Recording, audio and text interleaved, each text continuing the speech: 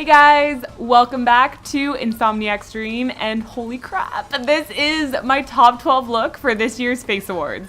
Our theme was Cyberpunk, and so I bring to you my cybernetically enhanced creation, aptly named Unit 394.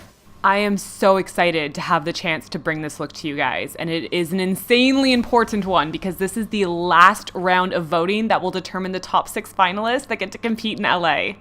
So to say the stakes are high would be an understatement, and I truly need you guys now more than ever. Breaking through top 12 to top 6 is one of the hardest challenges to overcome. So TeamDream, if you are down to help us move forward, please go to the link below and cast your votes and bug every freaking person you know to do the same, because Lord knows I absolutely will be doing that. I have put more into this look than any look I think I've ever done on my channel, so we have a lot to go through, so let's jump right into it. Before starting, be sure to cut and style a wig, sculpt, mold, and cast a mask, paint it, let it dry, all that good stuff, learn how to wire LEDs, and proceed to burn yourself with a soldering gun, make a backdrop, make said backdrop light up, some prosthetics that just didn't work out, and you are ready to go. Okay, I hope you liked that super quick summary of what I did during the week before filming, and I will show you more in-depth behind the scenes. For the makeup, I had to start by blocking down my brows with a regular old glue stick and applying a bald cap. For the brows, I just did a few coats of glue and used a little bit of water to blend out the edges, and then made sure to powder it down when it was dry. And then for the bald cap, I actually used one that adheres and blends down with just a little bit of isopropyl alcohol, so that's all I used to go around all of the edges. I needed to do the bald cap so that I could show the exposed side of my head when I got to that part of the makeup. And then, as I always like to do, I just used the orange and yellow from the NYX corrector palette to block out the color of my brows and powdered it down again. The NYX Jumbo Pencil in Milk is your savior for mapping out the face shapes that you want. And then using the NYX SFX Cream in white, I just filled this in entirely in all the areas that I wanted to be mapped out in white. I also made sure to pat this in most areas, especially over the blend line where the bald cap is, because you do not want to accidentally lift it up. Make sure to set that with a powder as well, and then using one of the Faux White's liner pencils, I just sketched out all of the detailing that will be under the plating or skin of my cyborg. To paint different areas of my makeup in a really metallic silver, I just used the NYX silver pigment with the mixing medium and created a little bit of a paint that I could use over different areas.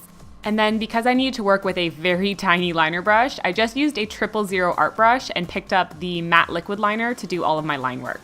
I actually just bought a bunch of extra of the liner and depotted them so I could use them more like an ink pot throughout the look, since I knew I would be using it like crazy. I treated these details almost like doing a tattoo. It was easier to outline everything first and fill them in than to do lining last like I would normally do.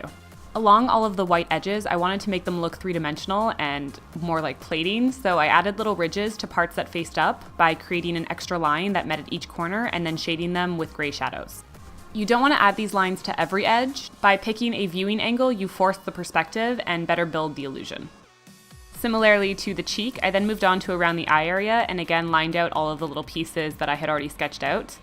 I also did have a face chart for myself, so I was better able to get an idea of where I was going with this look, and it definitely helps to have reference pictures if you are thinking of recreating something similar.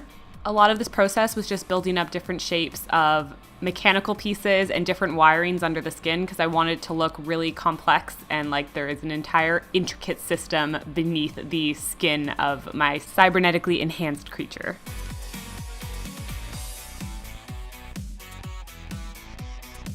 For a lot of the shading of all the metal pieces, I used different shades of gray in the NYX Hot Eyeshadows. As you can see, I kind of would move up in darkness in what colors I was using. I stuck to more matte satin finishes for all of my gray and dark tones, and then whenever you're working in the highlight areas, so lighter grays or whites, that's when you really want to add a little bit of shine to give that metal reflect effect. Here, to create that illusion of metal shine, I've moved up to a black shadow. This is just the Primal shadow from NYX. And then for the highlighted areas, I used a little bit of the white lipstick from NYX as kind of a cream highlight. And then the one that makes the biggest difference I found was using the white liquid liner and creating all of these really dramatic highlights along all of the edges, areas where it would reflect, and just all of the line sections to really define each piece. And then because I didn't want everything to be completely monochromatic, I decided to add some color with the NYX Vivid Brights liner in Sapphire. Added this to some of the wiring that I had laid out. And then I also used the blue liquid lipstick for a really bright, crazy blue color, as well as using the white again for some of the other cables underneath the skin. Feel free to use your other hand to help stabilize if you are having a shaky hand in small detailed areas. And then as I move along, I always make sure to really shade along all of the edges with the black eyeshadow just to make it look like it is sitting above the understructure. As a nod to the teal wig that I knew I would be adding later, I incorporated some of the teal pigment into certain areas across the makeup, one being the little triangle shapes that I had throughout. And then again, with shading this circular piece, it's a lot of creating certain areas that will be darker than others. I always aimed for creating almost lined highlighting on the metal pieces, having the lights and darks right next to each other, as it's the reflection usually seen off of metal like stainless steel and alloys. I jumped around a bit with this makeup because I was really strategic to leave right around my eyes and my mouth free, since this was a very long film day and I knew 1, I had to put in very hard contacts at the end of the day, and 2, I needed to be able to eat. For the more pristine side of my face, I wanted to create little detailing where the pieces might meet, and for this I just used a gray shadow with a bit of the mixing medium and created those lines. And then to give a little bit more definition to my face and all of the pieces, I just used some of the gray shadow on a fluffy blending brush and went over all of the edges of those little designs I made, as well as going along the contours of my face a little bit. I then of course also added a little bit of highlighting because I couldn't resist, and it makes everything pop. Here is when you can see I actually shaded all of those little edges I had created, and I just used different shades of gray to build up that highlighting and low lighting.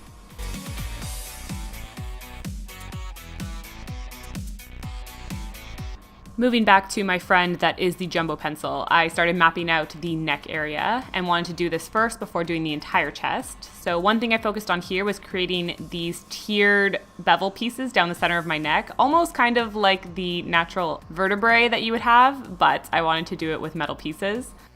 And for these, because they are curved metal that would be of the same material, you just have to repeat your shading style all the way down. Again, using lighter grays, building up to black, and making sure everything has a slight curve to how you draw it on. This will better reference the cylindrical structure that they actually have. And then because I was filling in the background area here with black, it's really important to highlight on the sides with the white just to make sure that the shapes don't get lost in all of the shading. The chest piece I totally made up as I went along because I didn't actually map this one out before I started filming. But that is the beauty of mapping out with a white jumbo pencil, because it lets you kind of figure it out as you go and what works on your body shape.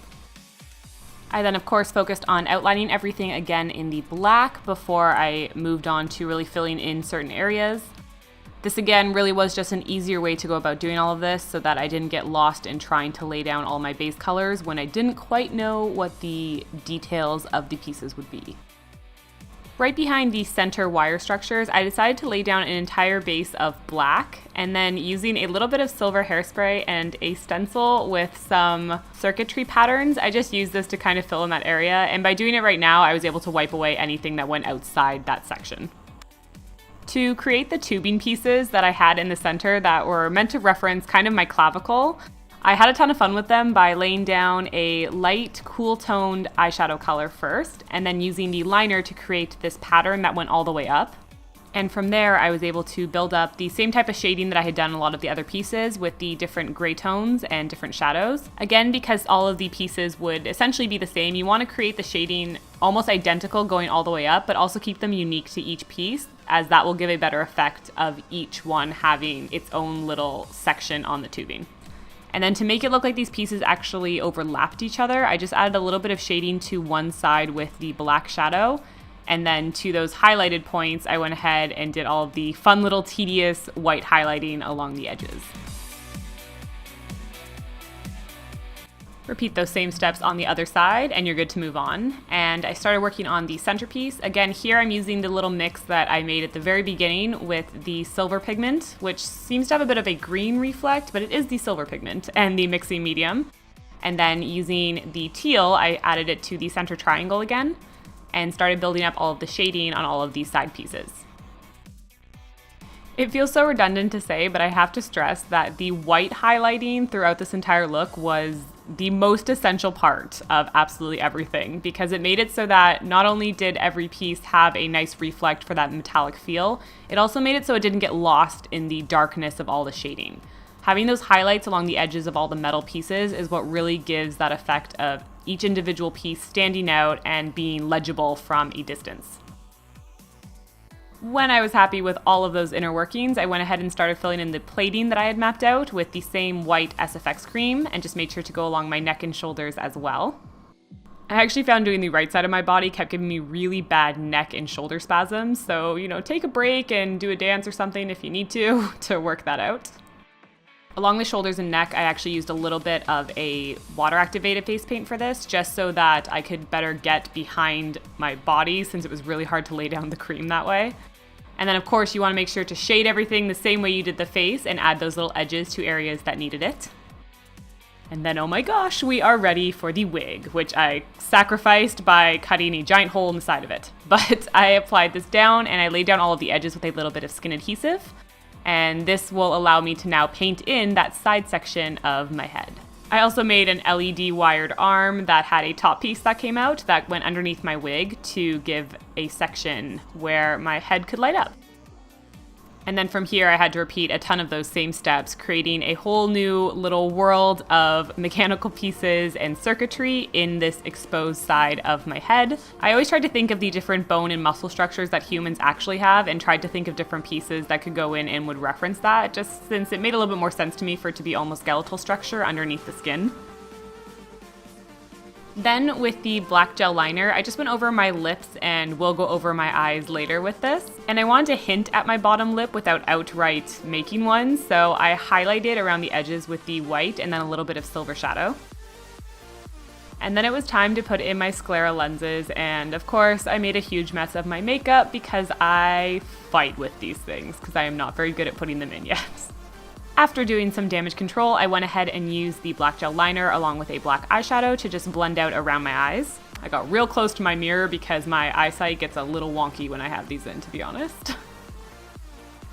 Turn on my LED headpiece, and that is it for my Unit 394 makeup tutorial.